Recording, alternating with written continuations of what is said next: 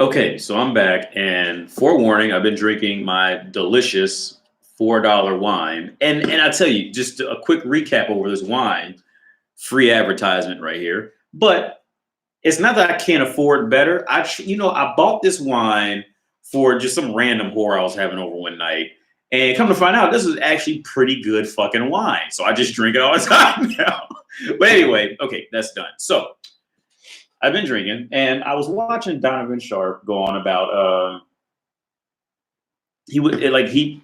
I don't know if you follow him, but I follow the guy. I think he's a very great YouTuber. He's one of the few guys who I genuinely follow, who I don't feel like he's just constantly bashing women, but he's breaking down the nature of women's actions. And please, like, yeah, watch him and Galonzo Lira or what he used to be Coach Red Pill. Those are the two main ones who I watch because they genuinely educate men. You see, because like with the other like kind of fake MGTOW Red Pill guys, I find a lot of them as pretty much angry at women and they don't really explain anything. So like I gravitate more towards the people who are breaking down the actual logic and make you think like, oh yeah, that may make sense. And Donovan Sharp, he's a great dude, man. Honestly, I would highly recommend you watch his shit. Free advertisement, fuck it. This is more about the education than money or advertisement or anything like that. This is for educating young men. So or educating men in general. So if anybody is watching this and likes my shit, definitely pay attention. I would say I definitely recommend Donovan Sharp. And the other guy, his name used to be Coach Red Pill, but he changed his name to like Gonzagas Lira or something like that. I don't. It's an exotic name. I don't know how to pronounce it correctly, but it used to be Coach Red Pill, and his stuff is great too. But so back to the original topic of the video is this. You see, what I've come to realize is this. See, okay, men's whole end game is pretty much sex. So for men, pornography is great. Pornography, but also pornography can also warp the minds of men. You see, because it's instant. You can almost Google exactly what you want to see, and it's just right there. Big tits sucking dick on a swing set, and you can find it. You see what I'm saying? Like it's immediate. But on the downside, it also warps our mentalities. Just like and since I'm in Europe, brothels, it warps a man's mentality. So it's up to the individual to realize, okay, this is immediate gratification, and the real world may not be immediate gratification depending on the woman you bump into. And I think that's a very important part for every individual man to realize. Pornography, brothels, hookers, that's immediate. There's not a lot of work that goes into it. There's no existing in it, blah, blah, blah, to get it going off the ground. Whereas in real life, a lot of if a woman's worth anything, it's going to take some time of talking to her, visiting her, texting her. It's going to take a little more time but you got to feel that sometimes women just don't like you and they'll just string you along. But it takes that practice of learning to know when exactly, when this woman's worth it or not, to keep putting some work into. Like I said, after 25, 26, none of them are worth it. Okay, period. But when they're younger like that, yeah, if you're trying to start a family, trying to have kids, then yeah, totally. Yeah, I would say, like I said in the previous video, the younger girls, they're going to be harder to deal with because they simply don't know anything and they don't know how to explain themselves properly, and they don't know. A lot of them are fighting the battle of, do I just live my own life and do what I want to do when I want to do it, or do I take my chance on this guy who may cheat on me, who may dump me. Like they're fighting a lot of these things. So the younger group, if you're looking for a wife or children, I highly recommend getting the younger group, because if it becomes successful, those younger groups of women will they will wrap their lives around you. Whereas the older women, they've been damaged. In most cases, they cannot wrap their lives around you. And that's just how it is. But now to the original topic of the discussion, because I've been drinking this $4 wine, which is delicious. You see, I talked on this previously about situations like social media and Instagram like that. That is also porn for women too.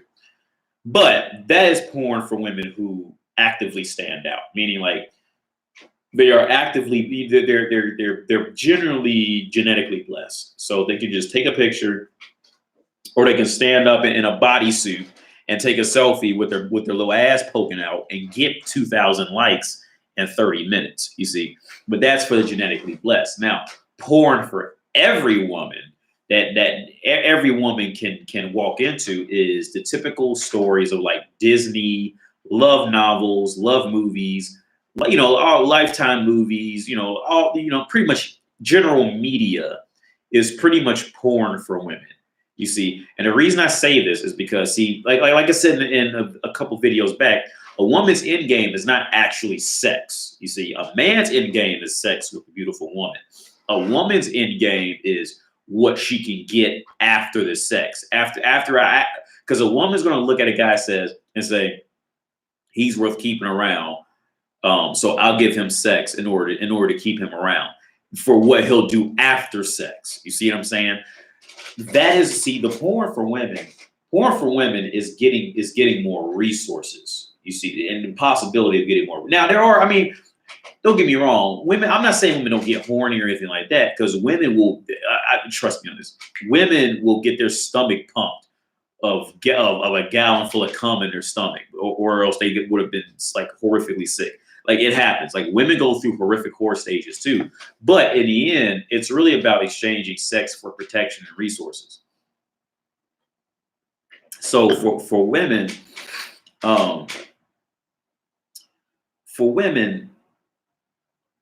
the extraction for sex, the common trade, sex for more resources. But see, where the world that you don't want to end up in is, see, once a woman starts talking about she's a princess, she likes horses, she wants her own love story, she wants to feel a lot of passion, she wants a passionate story. That's where I picked off of Donovan Sharp's last video. She wants a passionate love story. She wants to feel passion and all. See that passion. See. To a woman, see, that is pornography to her, because it fits the same realm as porn for a man. See, that passion she's thinking of, that is relatively immediate gratification. You see, for a woman, it's going to take anywhere between 5 minutes to a week to get there. That's relatively immediate gratification for a woman to get excited about a man like that, because most women are not naturally excited by the average man. You see, they have to, like, it has to be something more to him. And like the perfect scenarios is if the guy has a lot of money, he's involved in dangerous acts, and after that, you can say tall, short, 6-pack abs, big dick, little dick, whatever. I think all that in reality kind of really falls like second and third to those two things. Is he in the dangerous lifestyle? And does he have enough resources to take care of me? That will automatically put a guy, in that realm of possible mates in the future for her. For this demographic of bird brain women, like this demographic of bird brain women, it's the same. Okay, when women say they want a passionate love story, passion, they want to feel they want to feel passion for this man. That is the equivalent of a man saying he wants a porn star wife. Okay, that is the exact equivalent of it. So guys who know, when we hear other guys talk, and okay, for a matter of fact, I have a friend of mine now. He's stuck in this trap.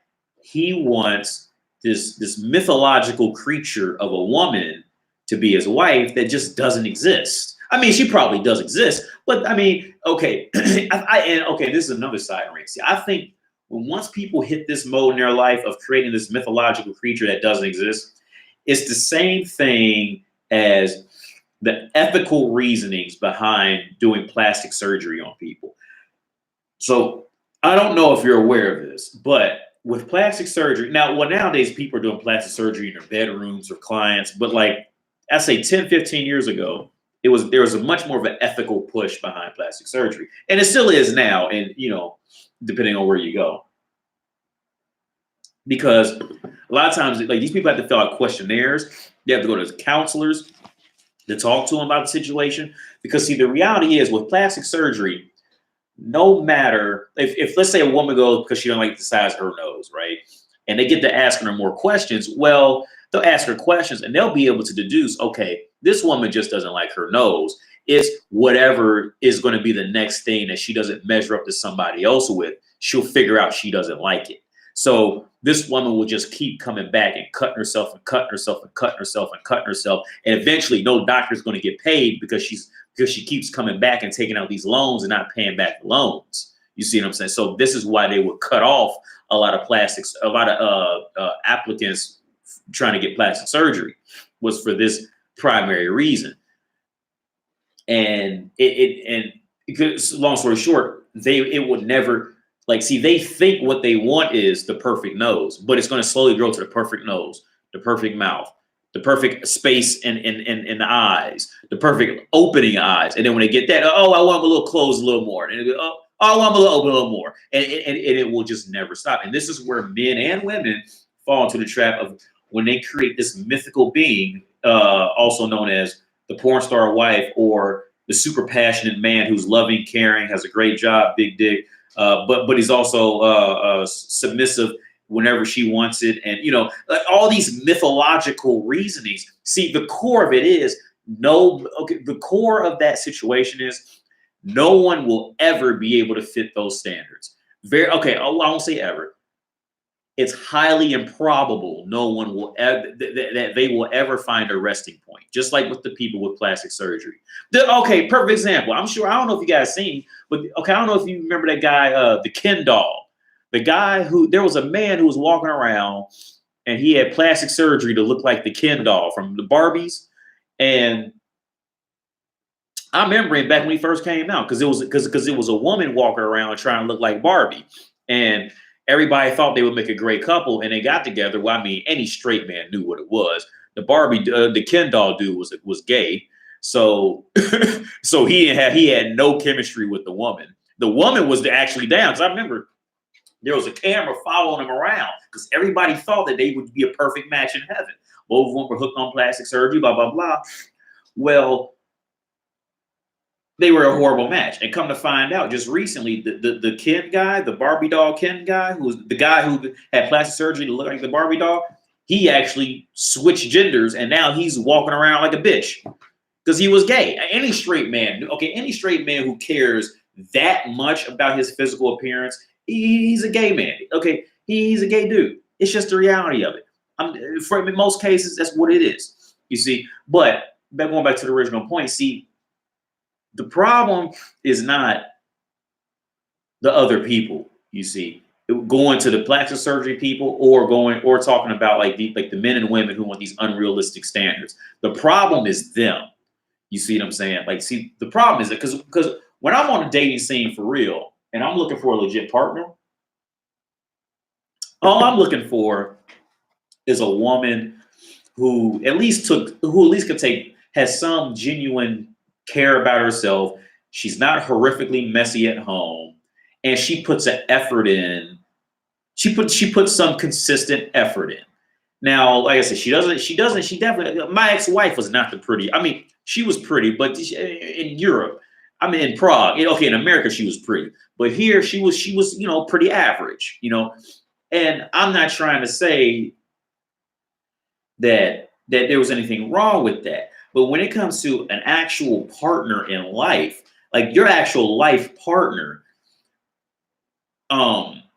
looks are about fifth most important.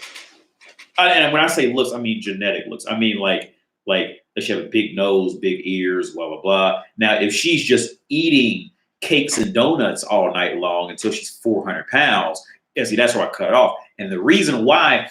I went on this topic on a previous video a long time ago. Why I only talked to like 8s and above is because, okay, and I'm talking like American 8 and above, is because if a woman cannot take care of her own body and she's 400 pounds, there is no way I'm going to trust that woman in raising children that came from me. Okay, because I am not putting my kids through that.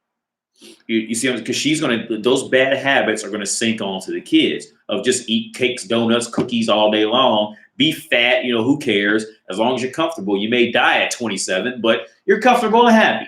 You see what I'm saying? Like, that's why that is why I don't date fat women. Okay, it's not particularly because I think I'm better than fat women or anything like that. It's because I'm thinking about the future of with fat women and the habits that are probably now. Okay, now on the flip side, there's a population of fat women who I would happily deal with, and I'll tell you the exact reason why after this next week of wine. The reason why I would deal with this proportion of fat women, and I seen this on an episode of like Strange Bodies or something like that. There's a medical condition where no matter what a woman eats, or just what a human eats, their bodies retain every bit of water. And there was a woman on the show. She was fat, and she had cut her calorie intake down to like 900 calories. I mean, she was on it, man. She was serious. And she said, look, I just can't lose the weight. So, I mean, of course, most logical thinking men are going to think first, she's fucking bullshit. She's going out to Krispy Kreme every night. And they followed her, like, I think for like a month. And yeah, and she was legit. Like, she only ate salads, barely ate salad dressing. Like, she only ate fruits and vegetables. And her body literally would hold in all the water that came out the food she would eat. So she literally could not lose weight. Now, that woman, I could deal with. If I knew she legitimately had a condition, I would deal with. But there's a lot of women out there who say, oh, I just have an overactive thyroid or some bullshit like that. And they're fucking lying. But if there's like a legit medical condition behind being overweight, I have no problem with it. No problem at all. None. No, if they had that condition that woman had, no problem at all. If I knew she had that condition while talking to her, I have no problem with her. And if she has a great personality, I'll talk to her. I'd go on dates with her, honestly. If I knew that that there was nothing she could do to fix it, or it was extremely hard to fix it, then yeah, I wouldn't have a problem. But if they're just eating tons of food all day long and they're going, oh, don't make fun of me because I'm fat. Okay, yeah, bye. But okay, that was a long rant on that because it's $4 wine's delicious. But back to the topic. You see, porn is different for men and for women. Like I said, because the end game for men is just sex. So the busted nut in either something that looks great or that fucks right is our end game. And after that, we just kind of we really don't care about it afterwards until, it's time to fuck again. And a woman's thing is to get a stable, consistent provider and attention in her life. And that's just it. So, but see, the thing is, especially when they hit over 25 or 26 and they're still spouting this love story, passion, I have to feel something with them, blah, blah, blah. See, that is code name woman speak for I want instant gratification. Pornography. I want it right now. You see what I'm saying? See, this is why I say you do not. Okay, the only women over 26 you even acknowledge as existing on the planet are the women who are actively putting in an effort, and or like the handful of 35-year-olds I got right now, the ones who will openly say, I want you to fuck me. Like, if they're not one of those two women, then they just don't even acknowledge their existence on the planet. They're useless because the reality of it is, once they hit those ages, especially like 36 to 39, once they hit those ages, they are completely fucked up and miserable. And they're mad, fucked up and miserable because they missed their entire window of life that they thought would last forever. And they have to sit and every time they go to the grocery store, every time they go out to the mall, every time they turn on television, they have to look at a younger woman of, you know, the version of what she used to be, succeeding where she failed. Okay. And these women are just the worst to be. Once they've got their mindset on the perfect guy, and I have to feel something, and I want a perfect husband, and he has to be this, that. Once they dive too far in it, those women are they're pretty much just existing to die at this point. It's just the reality. These women are existing to die. The only reason they're really kept alive is because society just doesn't want to kill them. Okay, like because I mean, it's just what humans have done. We've grown into not just killing people because they're useless, because that's what they are. They're useless to society. They serve no more purpose. Once they've dove into that territory, like I said, like because at least when they're 36 and 35 and above and they're whores, well, at least they can be, you know, good jump offs. You know, at least they can be, you know, good fucks. Like I said, the best women you'll fuck, the best fucks will be women 35 and older. Those will be because like I said in the previous video, they know what men want. Because like they've been getting railed out since they were 12. So they've learned, and then they've been humbled by getting older. So they know what you want. And they know how to either they know what you want, and either they can give you that or they can substitute it with something else. Like, see, they know. Those women will be the best fucks. But like I tell men, you have to remember that shit and not fall in love with it. You have to remember it, that these women are going to be the nicest. They're going to be the most welcoming. Okay, either they're going to be completely prudish bitches, or they're going to be the most friendliest sluts you'll ever meet. Now, if they're the latter, you have to remember why they are what they are. Don't fall for it, because they really want you to fall for it. All of them do, because they're old, they're beat down, used up, and out of time. So they're going to want you to fall for it. And just remember, if she's 35 and up, she is going through probably at minimum 8 different guys, right? And she's going through at least a minimum of 8 different guys in hopes that at least 2 of them will fall for it. And then out of those 2 or 3, maybe she'll pick the one who's probably going to be the better long-term choice as far as providing those. It's how it works. And then that's where the monkey branch comes in. You see what I'm saying? Like it's, I don't know, man. I'm gonna let it, because I feel like I've been ranting. I've been drinking this delicious $4 wine, so I'm gonna cut it off here. But yeah, pornography is pornography. But for the purpose of this explanation is what pornography represents is different for both sides. And just a quick overview: pornography for men is pretty much immediate gratification. www.pornhub.com. Big tit bitch sucking dick on railroad tracks. Sarah sucks mean cock on railroad tracks. Click, and it's right there. You see what I'm saying?